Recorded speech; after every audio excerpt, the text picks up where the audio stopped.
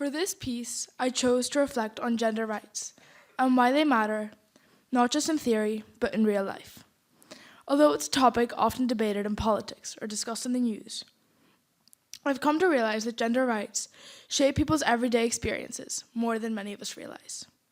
My understanding of this changed significantly after I spent a few months living in Abu Dhabi in 2023. At first, I will admit, I wasn't thrilled to leave Ireland. But after only a few weeks, not just me, but my entire family began to notice the strict social expectations, especially around gender roles and identity. In Abu Dhabi, gender norms are taken very seriously, and there are clear boundaries around how men and women are expected to behave, dress, and interact in public.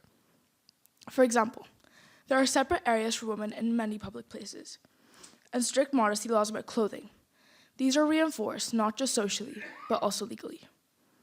On top of that, same-sex relationships are criminalized, and open discussion of LGBTQ+ topics is not allowed. While I'm not part of that community myself, it was hard not to realize how limiting this could be for others. I thought carefully about what I said, what I wore, who I was with. There was always a sense of needing to stay within the lines, even though I wasn't exactly sure where those lines were. It wasn't just me who felt the pressure.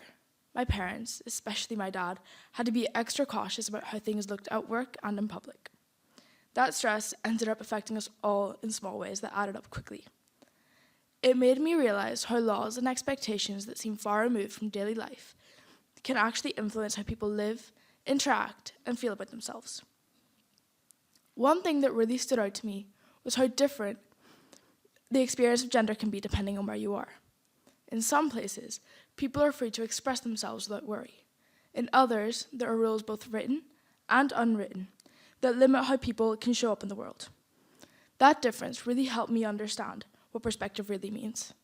It's one thing to read about gender rights and inequality, it's another to see it happen every day.